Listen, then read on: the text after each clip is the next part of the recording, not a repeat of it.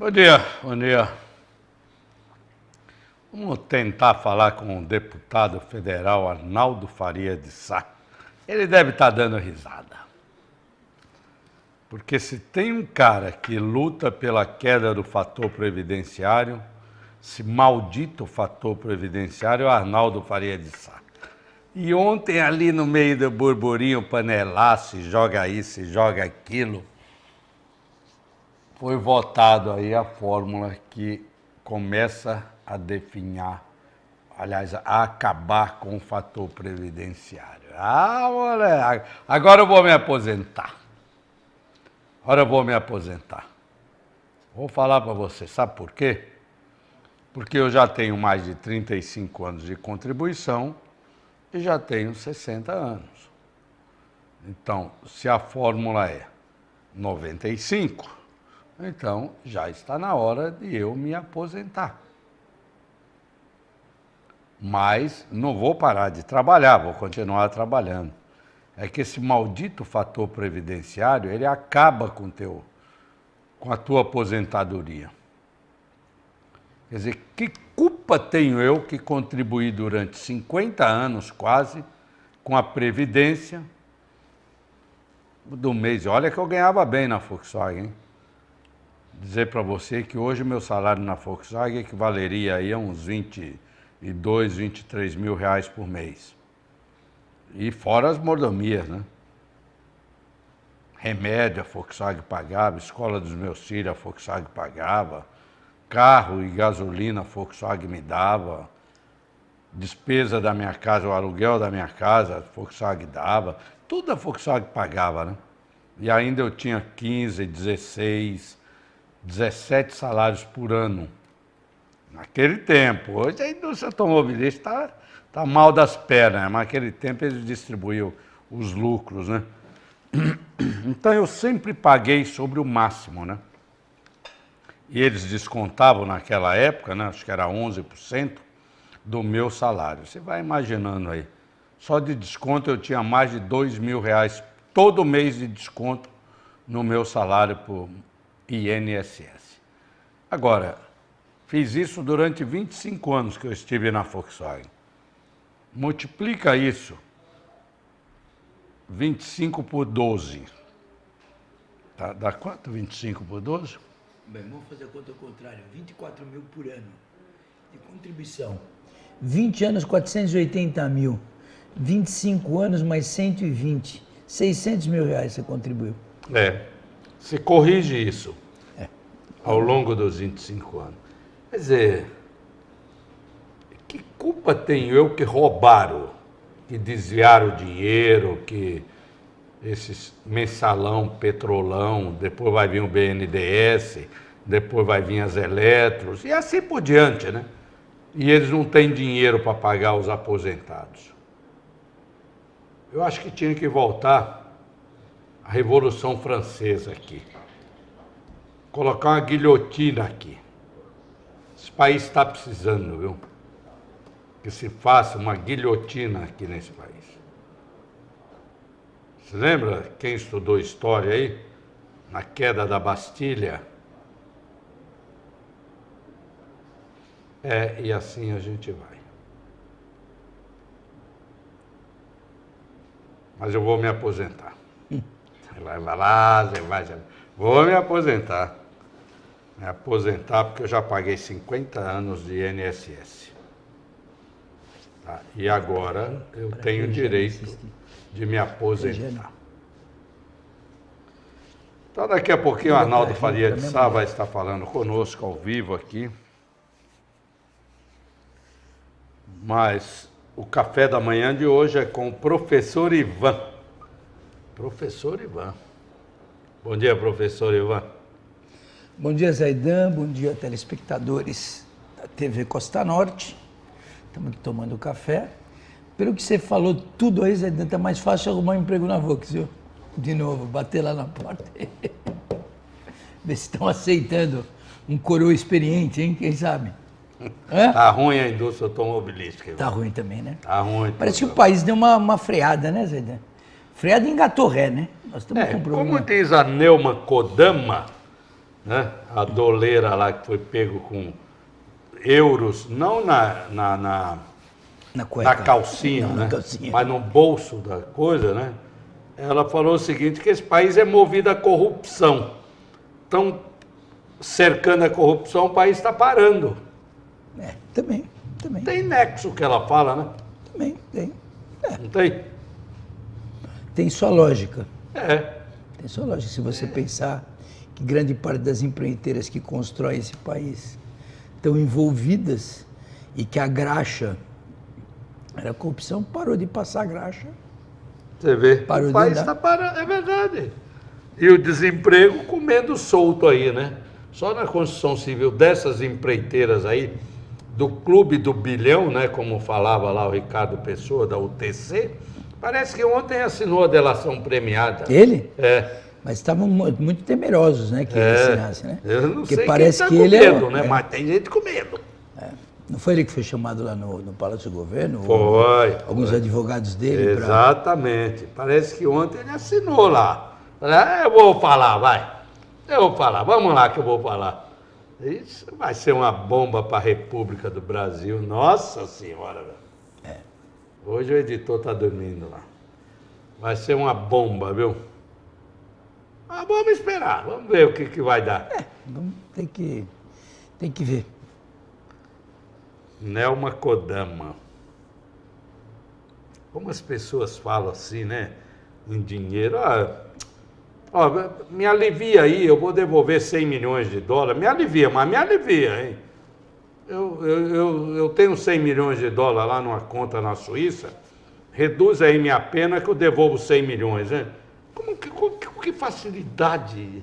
Sabe o que é 100 milhões de dólares, Ivan? Não sei, não dá para fazer conta. Eu Tem não algumas faço coisas. Conta, porque eu nunca vou ter isso na minha vida. Nem quero também. Nem isso, né? Tem alguns números que começam a ser meio estratosféricos, né? Uma coisa assim que a gente sabe fazer conta até um certo número, né? De lá para cá, de um número, quando passa do bilhão, assim, é complicado. Então, mas como que o cara, com tanta facilidade lá, aquele Pedro Barusco 150 milhões, né? Ele não era nem diretor, como gerente, Renato Duque, como os outros lá, como Paulo Roberto Costa, como Nestor Severó. Ele não era um diretor, assim, sabe? Ele era um... Gerente, meio campo. E ele falou, não me aperta muito que eu já devolvo 100 milhões. Se você apertar, vai mais, hein? Mas devolvo 100. Com que facilidade. Esse dinheiro não nasceu em Ávila, esse dinheiro saiu de algum lugar. Posso até falar alguns lugares que eu tenho vários amigos aposentados da Caixa Econômica Federal, que deram um rombo no FUNCEF e hoje eles estão com medo de aposentado voltar a pôr dinheiro no FUNCEF, que é um dos maiores fundos de pensão desse país, que é da Caixa Econômica Federal, deram um rombo lá e vão de bilhões. E eles estão com medo agora que vão ter que voltar a contribuir para cobrir o rombo, né? Que facilidade, viu? Que facilidade. Então, vamos voltar à realidade. Vamos voltar nos R$1.000 aqui. Vamos aqui nos R$1.000 que a gente está mais perto. Ivan Bertioga faz 24 anos agora. Semana que vem, velho. Terça-feira que vem, Bertioga faz 24 anos de emancipação político-administrativa, né?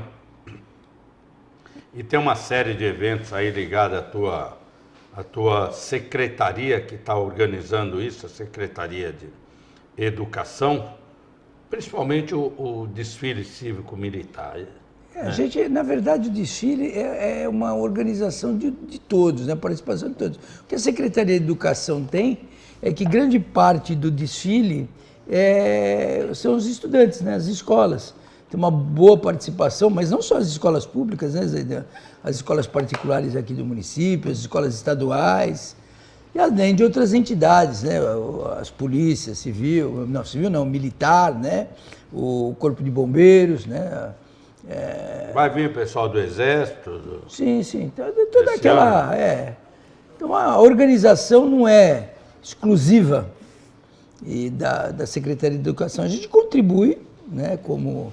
mas é bonito, né, aquele desfile. Eu acho legal, né, Zé? O que acontece é o seguinte, a gente tem que, às vezes, também, como você comentou, né, Você comenta aqui, tem um fato ruim aqui, um fato ruim ali, manchete de jornal. Ontem eu estava vendo na Praia Grande, criança de 11 anos lá, um menino trocando tiro com a polícia.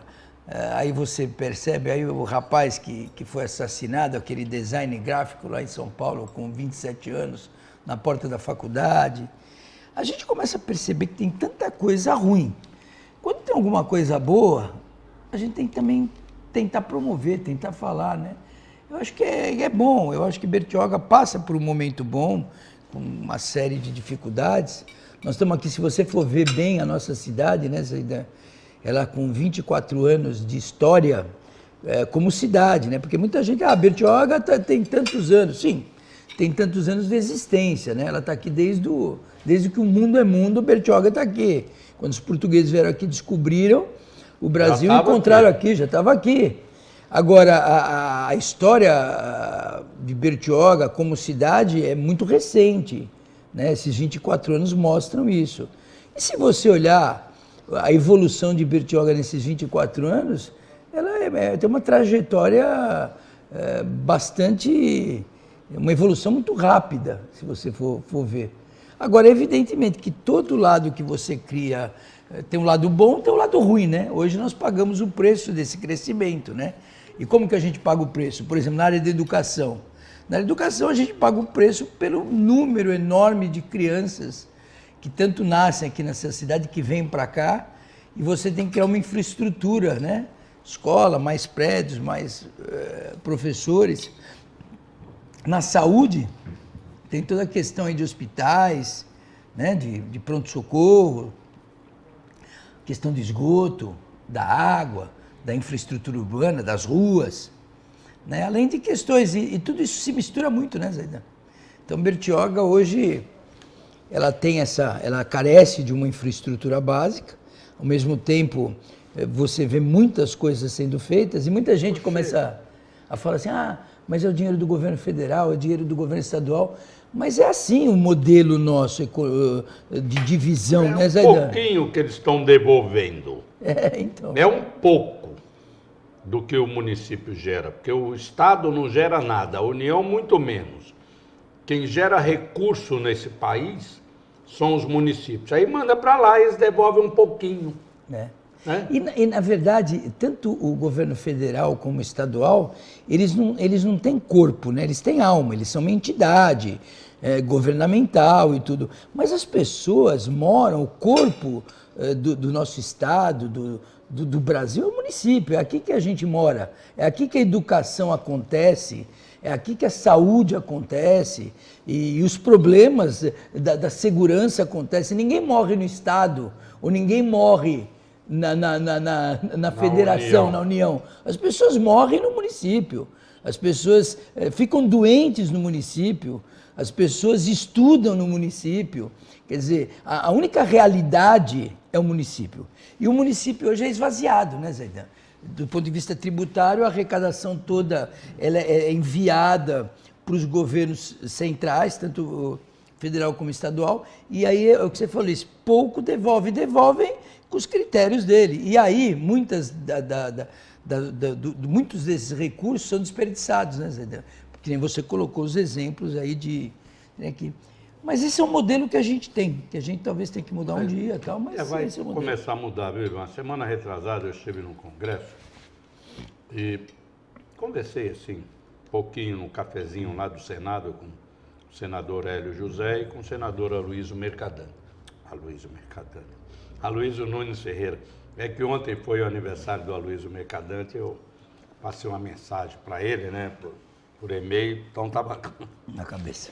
O Aloysio Nunes Ferreira, o senador de São Paulo aqui, e eles vão começar a discussão do Pacto Federativo. É justamente isso que nós estamos falando aqui, porque todo o recurso é gerado nos municípios, nos mais de 5.568 municípios que existem no Brasil, né? E vai para o Estado e para a União. E aí esse bolo todo, né? Fica lá 62% para a União, 23% para o Estado e 15% para o município. Quer dizer, É uma distribuição Injusta. muito injusta, como você falou, né? Educação, saúde, segurança, transporte, habitação, tudo é no município. Não é no Estado e nem na Não União. acontece nada. No Estado e no governo federal não acontece nada. São entidades, né, jurídicas e tal, que... Mas nada acontece. Ninguém vive no Estado na federação. Isso. E isso vai começar a ser discutido, acredito eu, né? Eles estão formatando o modelo. Acredito que logo após essas discussões aí desses ajustes fiscais e da reforma política, que eu acho que não vai sair quase nada dessa reforma política, né? Ainda ontem, falando com o senador Hélio José, ele acha que o máximo que vai acontecer é a não coligação, tá? E provavelmente a coincidência de mandatos. O prefeito que foi eleito agora em 2016 vai fazer um mandato até 2018 para coincidir o mandato, mas ele tem direito a uma reeleição e acabou. Somente para ele. Aí depois, só para isso. Aí fica 6 anos. 5 anos. 5 anos. O presidente... Os vereadores acontece a mesma coisa. Mesma coisa. E o presidente e o governador que foi eleito em 2018 mandato de 5 anos. Então vai até 2023 e coincide os mandatos. Provavelmente aconteça. É a tendência das duas casas, da Câmara e do Senado. Coligação na proporcional já é líquido e certo. Tá? Esse negócio de distritão do Serra não vai passar. Foi só uma bolha, não está formatado, pelo menos para essa eleição agora de 2016. Bom, a gente está falando ao vivo aqui com o secretário de Educação do município de Bertioga, Ivan de Carvalho, professor Ivan. A gente volta já, 24 anos de emancipação de Bertioga, vai vir uma publicação especial, super especial, que o Sistema Costa Norte faz todo ano, aquele material fantástico. Você vai lá na sala do governador, está esse material lá, e ele mostra para todo mundo. É a coisa bonita, tem conteúdo, tem alma, como diz o Ivan. Dia 19 nós vamos estar distribuindo esse material durante o desfile e depois em todas as escolas, secretarias. Num minuto a gente está de volta aí.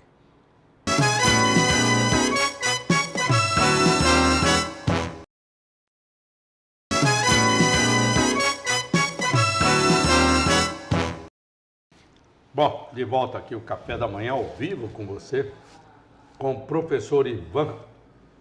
Professor Ivan, secretário de Educação. Ivan, você estava aqui em 1991, quando da época do movimento de emancipação, não estava? Eu votei. Eu fui um dos 2.000 votos, né? Que votou pela emancipação da cidade. Eu não participei do movimento, mas eu votei, eu e minha esposa. Você morava lá? Morava teu vizinho. Era meu vizinho, tá certo. Eu votei. Eu não tive uma participação, né, Zaidan? Vocês tinham um movimento, eu realmente não participei do movimento. Mas só de votar, mas a favor ou contra você votou? A favor da emancipação. Não, teve gente que votou contra. Não, eu votei a favor. Eu e a minha esposa votamos a favor. Eu achava que era importante. Zaidan, é bacana a gente ver agora, nesses 24 anos, né, o desenho de Bertioga. Eu não sei se as pessoas estão... Algumas coisas são importantes a gente olhar, né? Bertioga, como outras cidades litorâneas, ela se desenvolveu junto ao mar, né? E principalmente aqui, historicamente, onde está o forte, é que cresceu, né? Tanto é que a gente chama vila, né, de Bertioga. O pessoal chama o centro que fica numa ponta, né? Na verdade, não fica no centro geográfico, né? A gente tem aqui. Hoje, com o novo desenho, você começa a perceber que a ida da Câmara esse ano agora para o Jardim Rio da Praia, a UPA indo lá para Vista Alegre, Vista Linda, novas escolas de porte, como foi feita agora e vai ser entregue agora a Emílio Justo, né? Na Vista Linda. A escola, agora lá na Chácara, que também vai ser outra escola, você começa, a rodoviária, você começa a perceber... Tirar o centro de movimento. Isso, né? Olha que movimento bacana, quer dizer, você começa a centralizar. Para uma pessoa que vem hoje no hospital de Boracéia, nós contamos 12 quilômetros a menos, né? no percurso. É verdade. 12 quilômetros, às vezes, numa situação de uma vida é bastante coisa, né, Zaidan? A gente começa a fazer isso. Por outro lado, aqui na vila, a questão turística começa, né? Uma valorização do parque histórico, uma valorização do canal. Aí, você vê que maravilha a balsa ter ido um pouquinho mais para lá, como essa entrada do canal ficou mais tranquila para os esportes aquáticos, tudo. A orla da praia, Zaidan, essa orla aqui, urbanizada, os novos prédios chegando. Então, se você olhar o desenho da cidade, como ela está agora aos seus 24 anos, começando com outro desenho, né? Quer dizer, e isso daí é importante a gente notar como a cidade está se desenhando agora. E valorizar isso. Isso vai mudar bastante um pouco, né? Uma rodoviária em outro local, a Câmara. Eu acho que o pessoal do Jardim do Rio da Praia reclama muito e com razão. Outro dia o pessoal estava reclamando lá do estado das ruas lá do Jardim do Rio da Praia, né? Das valas. E aí eu fui no bairro, fui dar uma olhada, né, Zaidan? E é gozado. E você é uma pessoa que é do... O Jardim do Rio da Praia não está nem melhor, nem pior do que ele estava 30 anos atrás. É um bairro que recebeu muito pouca coisa mesmo, né? E agora, vamos ver agora o esgoto, a quando, ida... né? Porque a Sabesp parou tudo. Parou tudo também, né? Agora... Tudo aquilo que tinha prometido não está cumprindo. Os investimentos. Teve que focar tudo nos reservatórios, né? É verdade. Agora, Ivan, só te lembrando, às vezes a gente recebe algumas perguntas assim do tipo, Zaidan, eu acho que se Bertioga fosse com o Santos estaria melhor. Não, vem essas perguntas aqui, umas perguntas que a gente tem que ler, né? Apesar das perguntas não terem nem pé e nem cabeça, né? Eu falo porque eu tenho bastante conhecimento desse campo. Eu estou aqui em Bertioga há muitos anos, vim para cá bem antes de se emancipar Bertioga, né? Participei do movimento, mas estou aqui. Eu sabia quanto que Santos mandava para cá, quando aqui tinha administradores, né? Na época do Rachid, do Mauro, do Chucre, do Nilson Marques e tantos outros, né? Do seu Faustino, do seu Humberto Alves, tantos outros administradores antes do Rachid aí. E Santos não destinava, Ivan, quando muito, não chegava a 1 bilhão por ano, a 1 milhão por ano, sabe? Isso aqui era um bairro de Santos. Manda lá, manda fazer uma patrol, aqueles ônibus da CSTC, tá lá, quebrou, depois a gente arruma, sabe? Era uma coisa medonha, eu falo com muita propriedade, porque eu vivo aqui há muitos anos. E no primeiro ano que nós nos emancipamos, primeiro ano administrativo próprio, em 1993, você estava aqui, já tivemos um orçamento de 10 milhões de reais por ano, tá? 23 anos, vai fazer 23 anos de administração própria, 22 anos e 5 meses aí, tá? Nós temos um orçamento de 450 milhões, quer dizer, e outra urbanização na cidade, outro rumo. Então você vai, mas nós também temos problema. Tem problema, lógico. Tem problema na educação, na saúde, no transporte, na zeladoria da cidade. Tem problema em tudo, lógico que tem. Mas a condição nossa é bem melhor, né? Zaidan, você já escutou falar, muita gente fala assim, puxa vida, o Brasil foi colonizado pelos portugueses. Puxa, se tivesse os holandeses colonizado o Brasil, os alemães, os ingleses, os franceses, seria diferente. É diferente, Zaidan? E os países que foram colonizados pelos ingleses, pelos franceses da África, pela Bélgica, o que o Congo belga, o que o Suriname aqui, na verdade, colonizador é colonizador. Sempre o colonizador olhou as terras colonizadas como uma fonte de receita e de recursos naturais. E explora para a sede, para a matriz. Então, a visão de Santos em relação a Bertioga era uma visão colonizadora. Não existe ser colonizado por um bonzinho ou outro. Então, eu escuto muita pessoa falar, não, se fosse nada, era a mesma coisa. Como na África, os países que foram colonizados pelos europeus, colonizadores ingleses, franceses, holandeses, estão na miséria, ou pior do que até a situação do Brasil. Hoje a Europa, Zaidan, paga um preço terrível por uma África miserável. Hoje a Europa é invadida por aqueles países que foram colonizados e eles não sabem agora como resolver um problema que, de certa forma, foi gerado pela política colonialista de séculos atrás. Essa política de tudo explora. Santos, na verdade, e nós pagamos preço aqui hoje, Zaidan, o que era há 30 anos romântico, né? Então vamos pegar uma situação muito clara, Zaidan, quer ver? As ruas, o estado das ruas, que é uma das coisas que hoje mais aflige a população. Então a população de Bertioga sofre, né? Quando vem um tempo de chuva, quando tem aqui, porque inunda tal. Zaidan, Bertioga sempre encheu de água. Sempre. Só que há 30 anos atrás, você se lembra quando enchia de água que a gente fazia? Ia pegar rã. Você ia na vala. Tal. O problema hoje é que a água mistura com o esgoto. Que a água mistura... Então, que o trânsito, você não tinha tanto carro. As ruas do Indaiá eram gramadas, praticamente. O Indaiá tinha um canto todo gramado. Você não tinha um trânsito de veículo tão grande, você não tinha uma produção de esgoto tão grande. Os efeitos que a rodovia Rio Santos, ao cortar a cidade, ao criar um muro aqui na cidade, fez em relação à drenagem, o Bertioga devia ter sido indenizada pelo Estado, Zaidan. Porque ao fazer uma rodovia dessa, você cortou todo o fluxo natural de drenagem da cidade.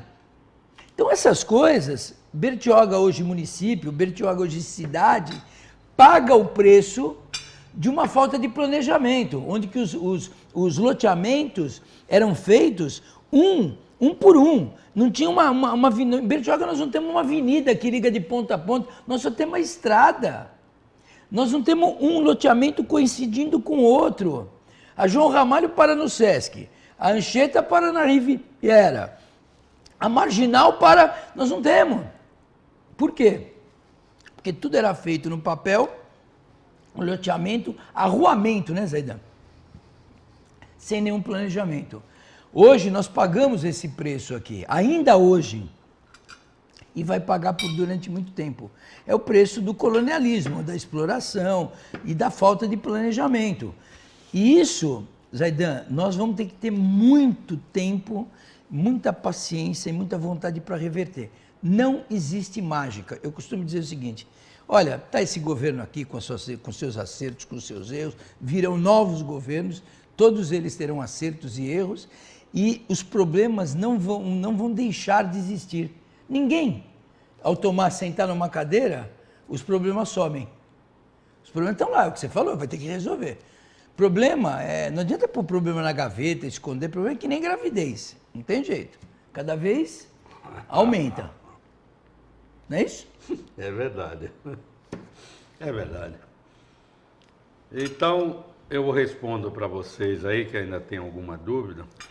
Valeu a pena a gente se libertar de Santos. Tá bom? Muito, mas valeu muito. Não é pouco, não, tá? Como o professor Ivan falou aqui, temos nossos problemas. Nós temos nossos problemas. Todo mundo tem problema. Todo mundo.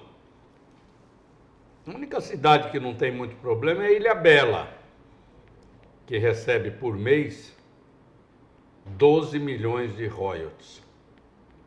Todo mês. Lá não tem crise não, velho. Tá. 12 milhões de royalties por mês, com uma população de 30 mil habitantes. Ou seja, Ilhabela tem um orçamento de mais de 200 milhões de reais, só que mais da metade só que vai sofrer também, né? Vai sofrer também. Porque a hora que cortar agora aqui também tem problema. Mas tem seus problemas também. Lá tem seus problemas. São menores que Bertioga, lógico, são menores. Mas tem seus problemas. Professor Ivan, você falou num assunto que eu anotei aqui, que a cada ano as escolas acrescem de alunos, tanto em creche quanto de ensino fundamental, porque para cá mudam-se famílias que já estão com crianças, essa câmera está comigo aqui, tá? Que tem crianças, famílias que vêm para cá com crianças acima da idade já no ensino fundamental, não de creche nem do ensino infantil, né, da educação infantil. E a administração tem dado conta desse sistema? Tem acompanhado essa demanda? Zaidan, nós estamos fazendo agora o Plano Municipal de Educação, que é um dever de todos os municípios agora até o final de junho, fazer o Plano Municipal de Educação. Nós temos alguns desafios para o município e 2 desafios estão ligados diretamente à quantidade de salas de aula por aluno, número de professor. Então nós precisamos de mais escolas. Tem 2 metas no Plano Municipal de Educação. Até 2016, nós temos que ter 100% das crianças no ensino fundamental. Por quê? Porque o ensino infantil... Dentro de sala. Dentro de sala de aula. Porque o infantil, que hoje estão nos NEINs, nos Núcleos de Educação Infantil, que são crianças de 4 e 5 anos, passa a integrar o ensino fundamental. E integrando o ensino fundamental, ele passa a ser obrigatório. Portanto, nós temos 100%. Esse desafio agora, ó, 2016. É o ano que vem, né? Ano que vem. Isso é uma das metas do Plano Nacional de Educação. A segunda meta, que diretamente pesa aqui para a gente, é a questão das creches. Crianças de 0 a 3 anos. Que até 2020 nós temos que ter 50%. Isso é uma meta do Plano Nacional de Educação, mas isso não é lei, é uma meta. A interpretação hoje legal é o seguinte: toda criança tem o direito. Então, apesar de a gente estar trabalhando em cima de uma meta, que é um Plano Nacional de Educação, isso não impede das pessoas irem, por exemplo, buscar o judiciário e ter uma mandado de segurança, ter uma liminar para que você garanta aquela criança aqui. Mas como que garante? Tá, você tem uma liminar, decisão de justiça cumpra-se. Por exemplo, cumpra-se, então a gente tem que cumprir. Por exemplo, eu tenho uma não lei... Não tem uma fila de espera? Mas a justiça passa pela fila. Então, cada mãe que está esperando pode entrar na justiça? Pode. Aí você vai pôr criança na sua casa? Pode. Na verdade, a fila e a meta existe no Plano Nacional de Educação, mas o judiciário entende que existe uma lei, que existe o dever do Estado de dar educação, e aí passa a fila. Conclusão, o que nós estamos tendo hoje? Nós temos que gerenciar essa pessoa que está 2 anos, 1 ano e meio na fila, e de repente, por exemplo, teve o caso outro dia, uma pessoa veio do Guarujá com 3 filhos. E um mandado de segurança, uma liminar para arrumar para os 3 filhos. Chegou do Guarujá e veio. Está morando provavelmente ali no sítio São João, por ali, né? Sim, não sei onde mora. Mas o que acontece é o seguinte, por exemplo, outra questão... E as mães que estavam aqui esperando? Foram passadas, né? Essa é a verdade. Como, por exemplo, sabe uma das questões que muitas mães colocam? Você que é mãe que está escutando a gente aqui, tem mãe que fala assim, puxa vida, eu conheço, tem gente que tem filho na creche e não trabalha. E eu que trabalho, não tenho meu filho na creche. Se você for olhar, poxa vida, se a pessoa não trabalha, podia ficar com o filho em casa, né? E aquele que trabalha poderia deixar aqui. Mas, na verdade, o direito é da criança. Então, essas coisas a legislação, ela te obriga, te cobra, a gente tem que ajustar. Pelo Plano Nacional de Educação, nós estamos numa meta. Pelo dia a dia, nós tínhamos que ter mais 1000 vagas já. Hoje. Aqui. Por quê? Porque a cidade cresce numa velocidade, é o que você falou.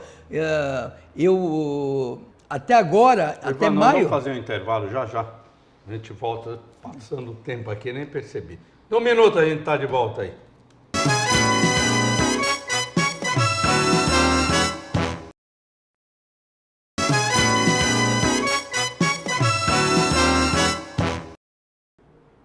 Bom, de volta aqui o programa Café da Manhã com Ivan, professor Ivan.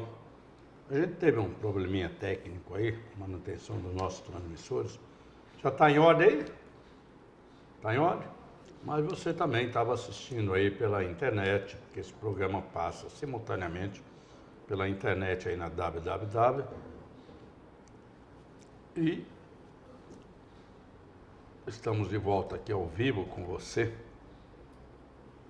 Professor Ivan, secretário de Educação, você estava falando questão que tem uma fila, que vocês obedecem à fila, que a fila anda, né? Tem que andar, todo ano ela anda um pouco.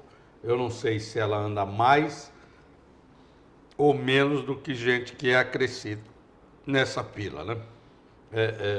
Mais ou menos, ou vem abatendo o déficit? Olha, eu imagino que agora, com a inauguração da creche aí de Vista Linda, Oswaldo Justo e Vila Itapanhão, a gente dá uma caída de 30%, 35% na fila. O que é? Tem 1.000 na fila? Tem 1.000, vamos terminar 350, 400 crianças, nós vamos conseguir, nesse arranque... Cai para uns 700. 700, 600, por aí, tá? Agora, Zaidan, tem muita gente que está na fila, mas tem gente que quando você vai buscar, a pessoa também já não está mais. Nós temos que entender que já mudou, né? Já foi embora. Bertioga tem uma dinâmica de uma cidade diferente, de uma cidade do interior, às vezes, que você tem aí, que você sabe exatamente tudo o que vai acontecer, né? Vai nascer 15 crianças por ano, tá certo? Vai ter aquilo. É aquele negócio que o pessoal já conhece. Aqui, Bertioga... era, pelo menos, não sei hoje como que está, a segunda taxa de crescimento do Estado. Chegou a ser alguns anos atrás aí. Eu acho que ainda está. Ainda está. Passa de 6% ainda. Então é um crescimento populacional muito grande. A questão da construção civil traz muita gente para cá. Só de partos aqui, esse ano aqui, 380 e pouco em 5 meses. Quer dizer, quase 80 por mês. Crianças chegando na cidade... Quer dizer, se você... 1.000 por ano aí. Deu o ano passado, acho que 800 e poucos nascimentos aqui na cidade, fora o que vem. Agora, vai muito, por exemplo, nós tivemos aqui, eu estou fazendo levantamento no ensino fundamental, em tudo, nós tivemos 840 novas matrículas. Mas eu ainda não levantei, para ser justo, não, eu tive que crescer, não. Quantos saíram de 2014 que não estão em 2015? Então, nós estamos fazendo todo esse levantamento para ver realmente o crescimento vegetativo, né? A diferença entre o que entra e o que sai, né? Para a gente apurar esse número. Não, nós estamos crescendo 200 crianças por ano, entre o que vai e o que sai e o que fica. Nós temos um crescimento, sim. Quer dizer, a gente precisa apurar isso. E por idade, né, Zaida? E agora, na sua área aí, no dia 19 de maio, aí na sua área de educação, o que vai ser entregue? Que equipamentos vão ser entregues aí? Na verdade, nós vamos inaugurar oficialmente a Escola Oswaldo Justo, que ela já está operando aqui, mas ela vai ser inaugurada oficialmente. Nós vamos ter aqui de inauguração, está muito próxima, eu não sei se vai ser possível inaugurar, mas com certeza... deve estar dentro já desse programa, a de Vista Linda, eu estive lá, está muito próximo, está bem, está no acabamento final mesmo. Mas não, mas não vamos começar, não, que eu estou dizendo que não vai começar as aulas, mas já vai aqui. É uma creche? É a creche também. Na chácara? Na chácara, né? Aí a gente também tem o Caiobura, né? Está reformadinho, você lembra aquela polêmica do Caiobura? Puxa vida, fizemos lá, graças a Deus a reforma está... Entrega agora, dia 19. Entrega, está bem adiantado também. Aí a gente tem mais... aí andamento, que não vai ser entregue, eu só estou falando em andamento. Tem a creche aí na Vila Itapanhão, né, Zaida? Aqui. Temos as duas quadras. Do lado do INSS. Em andamento também as duas quadras, uma no José de Oliveira e outra em Boracéia. E temos mais uma agora que saiu em Guaratuba.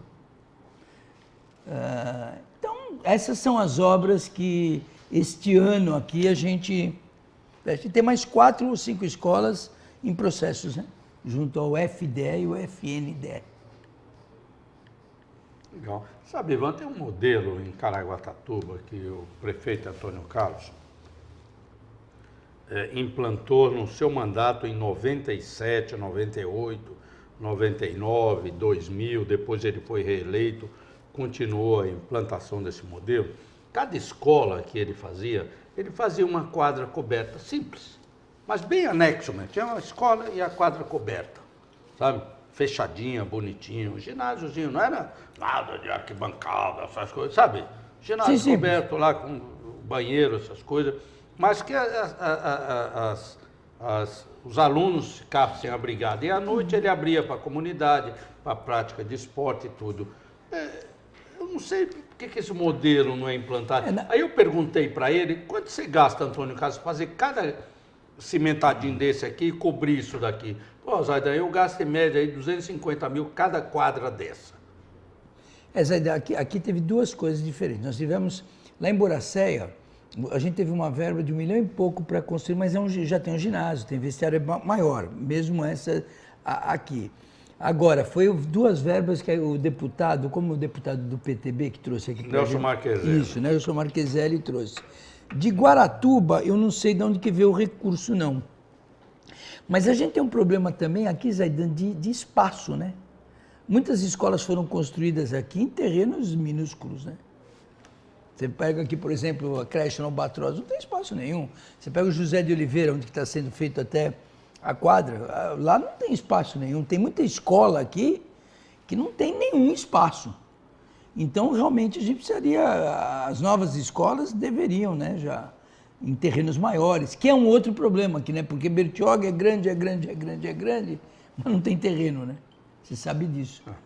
Terreno regular, com a questão do desmatamento do meio ambiente, que é uma história que você também sempre... O pouco que tem não pode desmatar. É isso aí. Veio aqui uma pergunta pelo WhatsApp. Ah, moleque, esse WhatsApp agora é tudo agora gratuito, é moderno, velho. Né? Agora é tudo. Precisa nem pagar. Cadê Mas o telefone. WhatsApp aí da TV? Põe aí o WhatsApp, olha lá. WhatsApp da TV, 997626656, WhatsApp. Você pensou que você ia ver isso? Liliane da... esse WhatsApp eu também uso, WhatsApp. Eu falo Zap. Liliane da Vistalina, bom dia. Gostaria de saber quando vão chegar os uniformes escolares e se ainda tem vaga para trabalhar como ajudante de cozinha. Muito obrigado, professor Ivan. Tá. Liliane, são dois assuntos. Os uniformes, nesse final de semana, sai finalmente a licitação e a gente acredita que 30 dias eles vão estar à disposição. Então a gente vai começar. Eu já fiz um documento agora, viu, Zaidan? Eu estou mandando para todos os pais esse documento para eles informarem o estado do uniforme. Porque eu quero saber cada aluno que uniforme que tem dentro daquela ideia de repor peças e tudo. Então a gente está mandando isso daí. Quanto à vaga de ajudante de cozinha, até é importante até dar uma notícia aqui para o Zaidan. Zaidan, nós estamos... você sabe que trocou a empresa, né? Que serviu a merenda. E nós estamos retendo, de forma amigável, viu, Zaidan? Estamos retendo um pagamento da empresa que está dando saída. E nós estamos fazendo isso, chamamos até o sindicato outro dia, todas as merendeiras e tal, com o objetivo de tentar que esses recursos não sejam depositados em juízo, que as pessoas não precisem procedimentos judiciais para receber suas quitações. Então a empresa essa semana passou para a gente os valores individualizados, nós estamos planilhando, vamos fazer uma segunda reunião e a minha ideia é fazer um termo de ajuste de conduta junto com o Ministério Público do Trabalho para que efetivamente a gente pague essas merendeiras aí. Sem gerar vínculo empregatício. Não, é que na verdade nós não temos vínculo. Na verdade a obrigação de pagar não é nem nossa, era da antiga empresa. Mas se pagar mal, a prefeitura é corresponsável. E outra, a gente pode, se também eles não pagarem, essas pessoas vão ficar 3 anos aí, talvez, numa ação judicial para receber.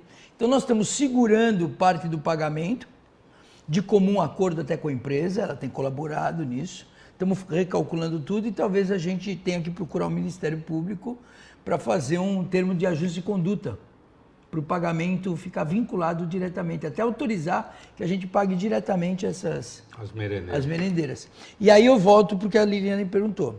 Efetivamente, Liliane, nós contratamos todas as merendeiras que quiseram ficar do anterior contrato para eles, foram contratadas. E havia falta, então nós também complementamos o quadro. Nesse momento aqui, não tem vaga em aberto. Mas isso não quer dizer que não possa ter daqui a algum tempo. Então, se você tiver um currículo, me faça chegar até a gente e a gente aguarda uma oportunidade. Tá certo. Legal. Bom, Ivan, dia 19 vai ter o desfile cívico-militar aí, a gente começou o programa com isso. Vai ser na Avenida 19 de Maio? Aqui em frente, né, Zé? Aqui em frente, né? Vai ser Acho que frente. a TV aí está fazendo uns testes aí para transmissão ao vivo. Vamos ver aí. Vamos ver. Não é nada certo não, né? Mas acho que vai. Uma prova. Tá fazendo uns testes aí para transmissão ao vivo? Teste, né? Não é que vai fazer, não. Vamos falar que é teste. Não Uns flash, né? Hã? Fazer uns flash, né? Como? Estamos nos testes. Nos testes, tá bom. E a gente vai estar lá cobrindo, Sérgio Magri fazendo ao vivo também para a rádio lá. Grande Já arrumei Serginho. até o Talkman para ele. Arruma um Talkman. Aí eu arrumei um Talkman para ele. Aí ele fazia ao vivo de lá. E a cores. Né? No Zap Zap.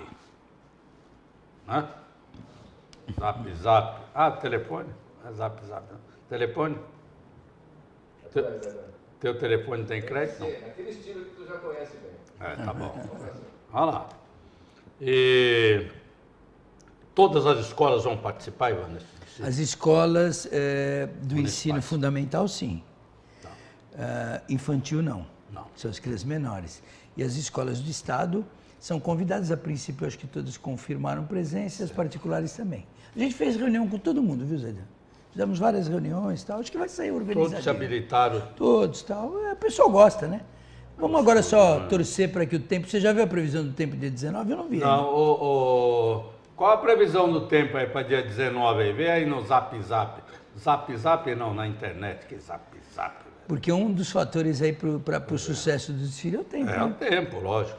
Mas vai estar sol com pequenas nebulosidades, trovoadas e... É. Mas Posso isso ter alguma faz... novidade esse ano? Ah, Zaidan, eu fiquei hoje tão contente. Eu recebi uma mensagem box de um pai que foi fazer aquele programa Um Dia de Aluno. Passou um dia na escola, junto com o seu filho e tal. E aí ele mandou uma mensagem agradecendo a oportunidade, fez algumas críticas, fez algumas sugestões. Mas como é bacana você ver um pai que realmente se interessou, foi lá, viveu um dia de aluno na escola, participou com seu filho, observou lá a merenda, observou o estado da escola, viu a atenção que a professora dava na sala de aula para as crianças, viu o trabalho de uma cuidadora de uma criança especial que estava na sala, observou tudo isso e depois ele me deu uma sugestão que hoje já coloquei no Facebook, eu vou ver, das crianças fazerem uma oração na refeição. E aí eu fui ver essa questão, não uma questão religiosa de uma religião ou outra, Zaidan, mas eu acho que a gente tem que também aprender e ensinar as crianças a agradecer. Eu acho que isso é o mais importante, porque a gente não agradece, né? As pessoas não agradecem a comida que está lá, aquilo. Então, é importante. Então, eu achei uma sugestão bacana de um pai que foi, que tem a sua religiosidade, é lógico, né? Mas ele deu uma sugestão que eu realmente abracei. Eu acho que a ideia é muito interessante, né? Ensinar as crianças a agradecerem, né? Aqui. Fora isso, como eu falei, Plano Municipal de Educação, primeiro semestre. Plano de carreira para os professores, não só, mas para todos os funcionários da educação, segundo semestre. Tá. Ivan, quantos anos você tem hoje? Eu hoje, 58. 58. Na MEN deve ter uns 60 e porrada, né? 70? Quanto? 54. 54? Você se lembra que antigamente a gente cantava o hino do município, se tivesse o hino nacional, antes de entrar à sala de aula, entrava à sala de aula, hasteava a bandeira. Missa uma vez por semana. Entrava à sala... Não, porque o Estado é laico, né? Então, sim. Mas entrava na sala de aula, o mestre entrava, você levantava em respeito ao mestre, sabe? Tinha aquela coisa... Não dá para voltar a isso, esses tempos, Ivan? Ou a Zaidan, educação eu acho que dá para voltar. Educação, não eu acho que voltar não volta mais, não. Eu acho que a gente vai contar isso como história. Mas o comportamento. Mas eu acho que a única salvação que a gente tem, e eu tenho insistido nisso, é que a família participe mais da escola. As crianças, diferente da gente, elas vivem duas realidades. As crianças se formam em dois ambientes, né? Elas se formam dentro de casa e na escola. Se as pessoas que estão na casa e na escola... né? Na rua, né? Mas é isso que a gente tem que evitar, né? Então, se a criança tiver uma integração, uma ponte, a educação social faz isso, né? Entre a escola e a família, eu acho que a gente começa a dar alguma oportunidade que isso aconteça. Né, que você tem um comportamento. E essa é a luta que a gente tem que ter, no meu modo de ver. Esse é o programa de integração família-escola. Tal. O professor precisa ser valorizado? Evidentemente que precisa, sob todos os aspectos. Inclusive, ser respeitado pelas famílias. Né? E uma das formas disso acontecer é o pessoal ficar mais próximo, né? Entender quanta dificuldade um professor tem também na sala de aula. Né? A gente, às vezes, tem dificuldade para cuidar de 2 crianças em casa, a gente sabe disso, você teve 3 filhos. 3 moleques que não foram fáceis, né? Tá certo? Então a gente sabe o quanto é difícil cuidar. Então eu acho que essa integração é a solução. Agora, voltar ao que era não volta nunca mais. Não volta. Não volta. Professor Ivan, muito obrigado pela sua participação. Lembrando a vocês, esse programa vai ser a sua reprise da 1 às 2, é isso? Da 1 às 2, você não assistiu, ficamos fora por uma parte aqui em vista de manutenção dos nossos transmissores, mas você vai ver na íntegra da 1 às 2 horas da manhã de hoje. Daqui a pouquinho, o Sérgio Magri. Bom dia, professor. Bom dia, Zé. Bom dia.